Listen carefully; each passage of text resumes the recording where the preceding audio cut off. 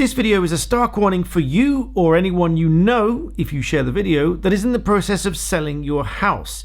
Because if you don't check for this little thing, it might delay or entirely scupper the sale of your house altogether. So welcome back, but if you're new to me, I'm a barrister who helps you understand law, bringing videos to you daily. So I'd be really grateful if you hit that like button and subscribe if you haven't already. So in this particular case, the progress on a £500,000 house sale was brought to a standstill because the lender still had a charge over the property at land registry from many years before, even though the property was now, or at the time of sale, entirely without mortgage.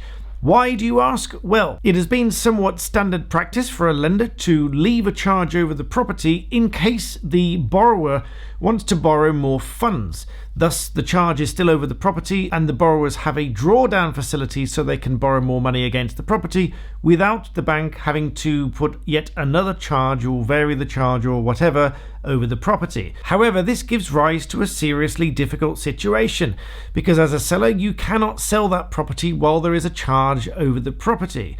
You have to get that removed because it needs to be totally free of encumbrances in order to successfully sell it. In this particular case, I feel that there should be a valid complaint against the solicitor because clearly there was a failure to check the land registry to ensure that there were no charges on the charge register. Now, I thought this was a rather odd situation, so I pinged a message to a solicitor that has frequently instructed me in the past at Kingfield's Solicitors.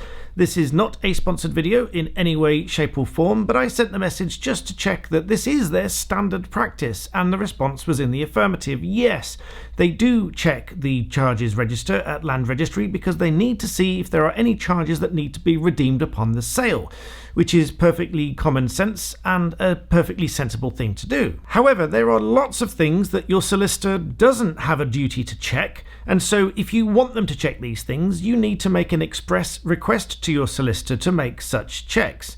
For example, if you wanted to check the creditworthiness of your buyer or indeed the seller in a property transaction, your solicitor is under no duty to check such things, unless, of course, you make the specific request for them to do so, in which case they should be doing it. And this was decided in a case that went to the High Court in 2015. And even after the purchase or the sale of your property has gone through, it is important to ensure that all of the necessary steps have been taken thereafter.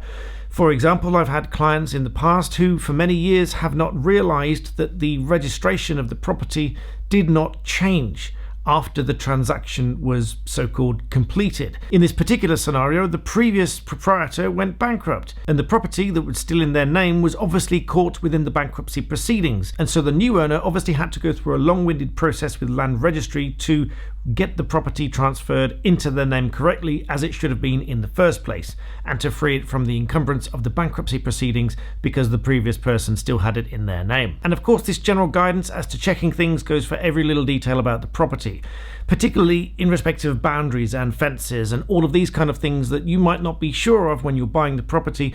If you want to be absolutely sure of them, I would strongly recommend that you do that before the completion of the property, because it is obviously far more difficult to argue about it later and may cost you tens of thousands of pounds in the dispute. So I hope this has served as some kind of warning. If you're in this process or you're going to be in this process or you know somebody that's going to be in this process, please share this video with them. And of course, I'd really appreciate it if you like this video and subscribe. And as always, thank you for watching.